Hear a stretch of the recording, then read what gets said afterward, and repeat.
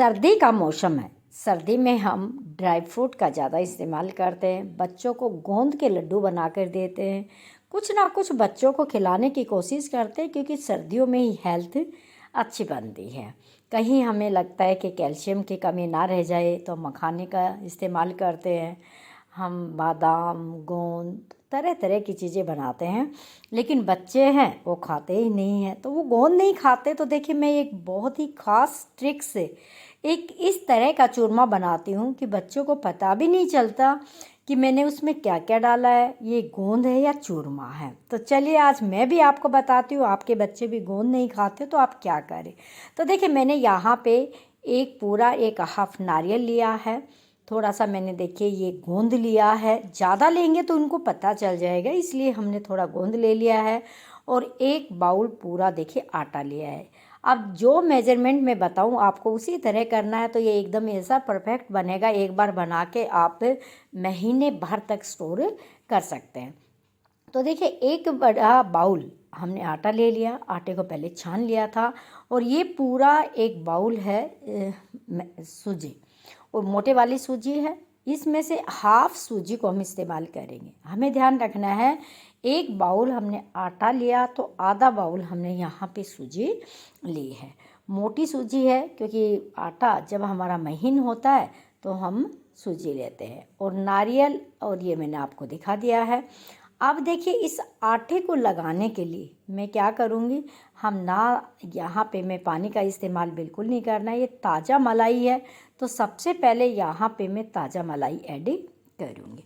अब देखिए ये जो चूरमा बनाया जाता है, गोंद के लड्डू वाला टेस्ट आता है और बच्चों को पता नहीं चलता कि ये वास्तव में गोंद है। वो बहुत उनको अच्छा लगता है। और ये जो चूरमा मैं बनाती हूँ ना, तो एक बार बना दो, महीने भर गोंद के लड्डू की तरह आप खा सकते हैं। ये बिल्कुल भी ख़राब नहीं होगा। इसका प्रोसेस कुछ ऐसा है कि आप सोचेंगे ये मलाई डाल रहे हैं तो इससे ख़राब हो सकते, बिल्कुल नहीं होगा। मैं कैसे बनाऊंगी आप पूरी वीडियो को ज़रूर देखिएगा। अब देखिए मलाई डाल के मैं कम से कम 5 मिनट तक आटा, सूजी और मलाई को इस तरह से हाथ से मिलाती रहूँगी और खूब रगड़ रगड़ रगड़ रगड़ के मैं इसको ऐसा कर दूँगी। और इतनी मलाई इस्तेमाल करेंगे जितना कि हम मुट्ठी बांधते हैं तो आटा बंधने लग जाए। उसके बाद रूम टेम्परेचर का मैं यहाँ पे दूध इस्तेमाल कर रही हूँ। ध्यान रहे दूध आपको यहाँ पे ना ज़्यादा गर्म इस्तेमाल करना है ना फ्रीज का, सिर्फ रूम टेम्परेचर का दूध लेकर हमने आटा लगा लिया। आटा एकदम वाइट हमारा गुंज जाता है। उसके बाद दूध की कुछ बूंद लेके हम आटे के ऊपर लगा देंगे ताकि इसके ऊपर पपड़ी ना आए। और ये एकदम से वैसे सॉफ्ट नहीं, यानी कि रखा रखा। अब इसको हम 10 मिनट के लिए रखेंगे तो दूध की बूंदें ऊपर डाल के रखोगे तो ये वैसे पपड़ी नहीं आएंगे। जब तक हमने आटे को रेस्ट पे रखा है तब तक मैं पूरे नारियल को, ये जितना मैंने नारियल लिया है 1.5, इसको पूरे को मैं कद्दूकस करके तैयार कर लूँगी, क्योंकि पूरा नारियल कद्दूकस करूँगी। अब आपको पता है कि नारियल के अंदर ऑलरेडी बहुत सारा घी होता है। इससे हमारे चूरमे में या फिर गोंद के लड्डू कहिए, इसमें हमें घी बहुत कम डालना पड़ेगा, क्योंकि नारियल के अंदर खुद का ही बहुत ज़्यादा ऑयल होता है। और ये खाना भी चाहिए क्योंकि नेचुरल होता है। अब देखिए मैंने नारियल को पूरे को कद्दूकस कर दिया है। जब तक आटे को मैंने रख दिया था, आटा मेरा क्या हो गया, बिल्कुल रेस्ट पे आ गया। ये चूरमा मैं बना रही हूँ मेरे बेटे के लिए, क्योंकि मैं मेरे बेटे के पास जा रही हूँ तो मैं लेके जाऊँगी। एक बार बना के रख के आऊँगी तो धीरे धीरे बच्चे उस चूरमे को क्या करेंगे, खाएंगे। अब जितना भी आटा मैंने लगा के रखा है ना, उसकी मैं इस तरह गोल गोल लोई बना लूँगी। अब मुझे क्या करना है, टेबल टॉप को ही मैं अच्छे से साफ़ कर लेती हूँ। यहाँ पे देखिएगा टॉप को ही साफ़ करके यहीं पे मैं रोटी को बेलूँगी। और आपको मैं बता दूँ ये रोटी बिल्कुल ही गोल नहीं बनेगी और तिरछी बनेगी और किनारे पटे रहेंगे, क्योंकि आपको पता है कि यहाँ पे मैंने पानी का इस्तेमाल नहीं किया है, मोइन ज़्यादा डाला है। अब रोटी हमारी फूले नहीं, इसलिए हम फूलेंगे और उससे बीच में आप क्या करेंगे, थोड़े थोड़े इसमें छेद कर देंगे। उल्टे सीधे करके भी कर सकते हैं, एक तरफ करोगे तो भी चल जाएगा, दोनों तरफ भी जल जाएगा। ऐसा इसीलिए किया जाता है रोटी फूले नहीं, ताकि पपड़ी आएगी ना तो उससे फिर हमारा चूरमा अच्छा नहीं बनेगा। इस तरह बना लेंगे। तवा देखते हैं गैस पे गर्म हो जाता है तो हम इसको डाल देंगे। अब एक चीज़ यहाँ पे आपको फॉलो करनी है कि हमें इस रोटी को सिम पे सेकना है, पेशेंस के साथ सेकना है। देखिए इस तरह सिक जाए तो हमें दूसरी तरफ से सेकना है, और जल्दबाजी ना करें क्योंकि ये रोटी बहुत जल्दी टूटेगी, क्योंकि हमने इसको पूरे से मलाई से क्या किया, आटे को लगाया है, तो इसके टूटने की संभावना है। तो धीमी आंच पे आपको तवे पे दोनों तरफ से पकाना है, और उसके बाद रोटी को इस तरह अच्छे से सेकना है। कच्ची बिल्कुल नहीं रखना है, अच्छे से आपको क्या करना है, रोटी को सेकना है। अब देखिए ऐसे रोटी सेक लेंगे और एक बर्तन में रखेंगे और इसको तोड़ के रख देंगे ताकि ठंडी हो जाए, क्योंकि बाद में हाथ से ही हम इसको बहुत महीन कर लेंगे। अगर कुछ मोटा रहेगा तो मैं आपको बताऊंगी कि उसको किस तरीके से महीन करेंगे। अब देखिए सारी रोटियों को मैंने इस तरह से बना लिया है, और ये रोटी अभी फ़िलहाल गर्म है। मैं तोड़ तोड़ के इनको यहाँ पे रख देती हूँ। हाँ, जब तक मैं रोटियाँ तोड़ रही हूँ, आप अगर जिना नारी चैनल पर नए हैं तो चैनल को सब्सक्राइब कर दीजिएगा, वीडियो को लाइक करिए, वीडियो को शेयर कीजिएगा। अगर चैनल पे नए हैं तो कमेंट्स करके ज़रूर बताइए कि आप मेरी वीडियो कहाँ से देख रहे हैं। एक बार अगर आपने ये चूरमा बना लिया, ये लड्डू चूरमे के बना लिए, तो आप गूंद तो बनाना भूल ही जाओगे, आप हमेशा यही ही बनाओगे। बस इतना है कि रोटी सेकते समय ध्यान रखना है कि हमें धीमी आंच पे यहाँ पे रोटी सेकनी है, ताकि पूरी रोटी अंदर तक हमारी सिक जाए। और जैसे ही हमारी रोटियाँ ठंडी हो जाती है, हम इनको टच कर सकते हैं, वही हम इनका क्या करेंगे, इस्तेमाल करेंगे। जब तक मैं हाथ से इन पूरी रोटियों को तोड़ दूँगी, क्योंकि देखिए मेरा बेटा बाहर पढ़ता है, वो गूंद बिल्कुल खाना पसंद नहीं करता है, तो इसलिए मैं ऐसे करती हूँ ताकि मैं उसको ये चीज़ खिला सकूँ। अब देखिए हाथ से मैंने रोटियों को इस तरह से कर लिया था, तो ये ज़्यादा बारीक तो नहीं होगी, थोड़ी मोटी है। तो मिक्सी का हम जार लेंगे, और मिक्सी के जार में थोड़ा थोड़ा डाल के हम इसको क्या करेंगे, पीस लेंगे। इस तरह से पीस लेंगे और एक दूसरे बर्तन के अंदर इसको डालते चले जाएंगे। बाद में इसको देखेंगे कि इसके अंदर से भी अगर मोटा मोटा कुछ निकलेगा तो हम डालेंगे, क्योंकि ये इतना महीन बनाऊंगी मैं, दोबारा से इसको ऐसा ही बना दूंगी जैसे कि आटा था, सेम आटे की तरह बनेगा, क्योंकि कोई बता ही नहीं पाएगा आप चूरमा है या कुछ इसको बताएंगे गूंद के लड्डू, लेकिन कुछ कहेंगे चूरमा, पता ही नहीं चलेगा एक्चुअल में है क्या। टेस्टी भी होगा और हेल्दी भी होगा। अब देखिए पूरे चूरमे को मैं मिक्सी के जार में डाल के पीस के एक दूसरे बर्तन के अंदर इकट्ठा कर लूँगी। अब देखना दोबारे से हमारा ये वाइट हो गया।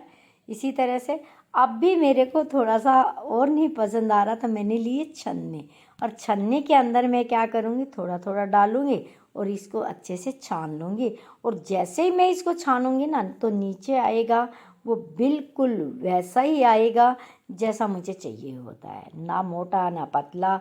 सूजी से थोड़ा सा मोटा हो गया है, और आटे से क्या है, बिल्कुल ही हल्का सा दरदरा आटे जैसा हमारा ये बनके तैयार हो जाता है। इस तरीके से देखिए पूरा पक भी गया है, और पकाने का प्रोसेस क्या है आपने वो भी देख लिया है, और किस तरह से आटा लगाना। अगर आप इसका ध्यान रखेंगे ना, तो ये चूरमे के लड्डू आपके इतने टेस्टी बनेंगे ना कि बच्चे बार बार कहेंगे हम खाएंगे। अब देखिए कढ़ाई के अंदर मैंने ले लिया है देसी घी। देसी घी आप अपने अनुसार ले सकते हैं, ज़्यादा या कम। आप देख रहे हैं मैंने 400 ग्राम घी लिया है। तो ये घी गर्म हो जाता है तो फिर मैं यहाँ पे एक दो गोंद के दाने डाल के देखती हूँ। अगर वो अच्छे से फूल जाता है तो समझेंगे हमारा ये बिल्कुल अच्छे से गर्म हो गया। फिर मैं इसमें जितना गोंद मुझे डालना है मैं डाल दूँगी। गोंद डालते ही एकदम से वाइट रुई की तरह क्या होता है, फैल जाता है। और आपको ध्यान रहे, हो सके ना तो आप लोहे के कढ़ाई का इस्तेमाल करें, क्योंकि लोहे के बर्तनों का इस्तेमाल करेंगे तो आपके बच्चे बहुत ही हेल्दी रहेंगे, आयरन की कमी नहीं रहेगी, ब्लड उनका हमेशा बढ़ता रहेगा। और घी जब लोह के संपर्क में आता है तो आप अनुमान लगाइए कि वो कितना गुणकारी हो जाता है। इस तरीके से देखिए गोंद को मैं बहुत अच्छे से फुला लूँगी।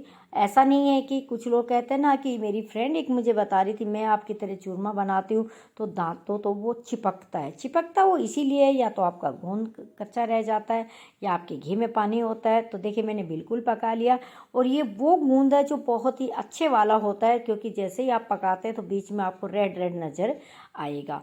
पकने के बाद जब जैसे ये रेड हो जाता है तो इसका मतलब बिल्कुल देसी और अच्छे वाला गूंद है।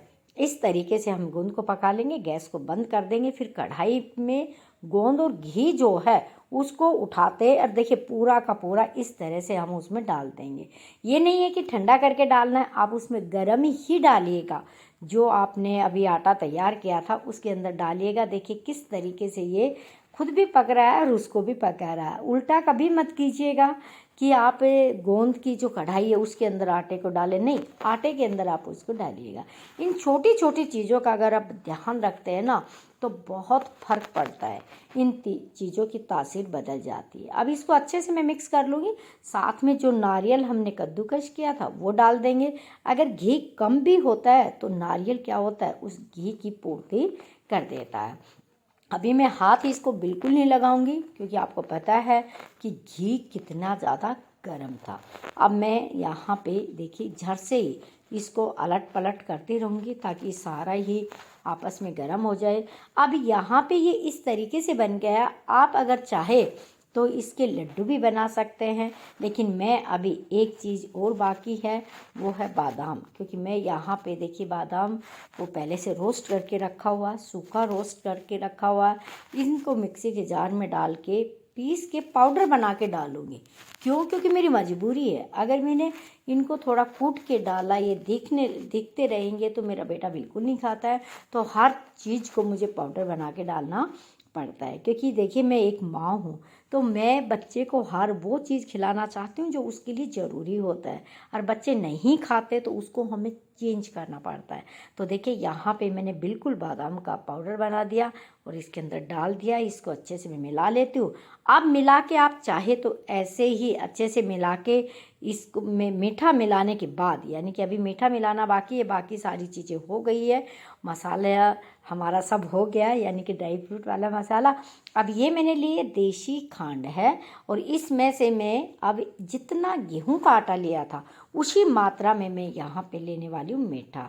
देखिए चीनी का इस्तेमाल ना करें, यहाँ पे खांड का इस्तेमाल ही करें जो देसी खांड है, या फिर आप रेड वाली शक्कर भी इस्तेमाल कर सकते हैं। तो एक उतना ही बड़ा बाउल भर के मैंने यहाँ पे देसी खांड ले लिए जितना हमने गेहूं का आटा लिया था, और इसको अच्छे से इसमें डाल देंगे।